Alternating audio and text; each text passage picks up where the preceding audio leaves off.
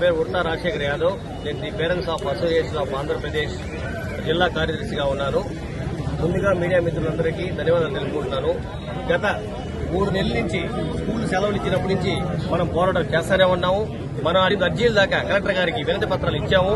దానికి సానుకూలంగా స్పందించి డీఓ గారికి ఆ వినతి పత్రాలన్నీ కూడా పరిశీలించి వీళ్ళకి న్యాయం చేయండి, తల్లిదండ్రులు అడుగుతున్నారు, పేరెంట్స్ అసోసియేషన్ తరఫున వచ్చి అడుగుతున్నారని చెప్పి డీఓ గారు కూడా చెప్పడం జరిగింది. కలెక్టర్ గారు అవన్నీ కూడా ఆయన డీఓ గారు నిమ్మకు నీరెత్తినట్టు 7 అర్జీలు వచ్చినా గానీ కనీసం ఇన్ఫర్మేషన్ కూడా మాకు ఇవ్వలేదు. ఏ స్కూల్లో కూడా పంపించలేదు, ఎటువంటి చర్యలు కూడా తీసుకోలేదు. ఇప్పుడు లాస్ట్ 7వ అర్జీ ఇప్పుడు ఏంటంటే LKG, UKG, Kinder garden, primary, upper primary schools కు ఎక్కడా కూడా పర్మిషన్ లేవు. ఉన్నాయి ఇప్పుడు 7 స్కూళ్లు, 8 స్కూళ్లే ఉన్నాయి.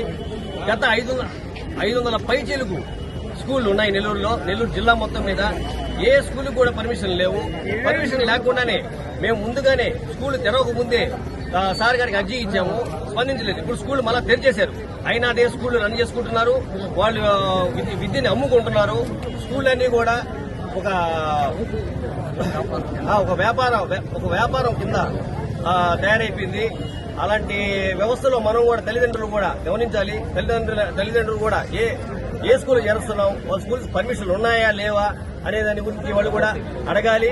అదేవిధంగా అందరూ కూడా పోరాటం చేయాలి. తల్లిదండ్రులు కూడా స్పందించాలి. ఈ స్పందన కూడా వాళ్ళకి బాగుండాలని మేము కోరుకుంటున్నాం.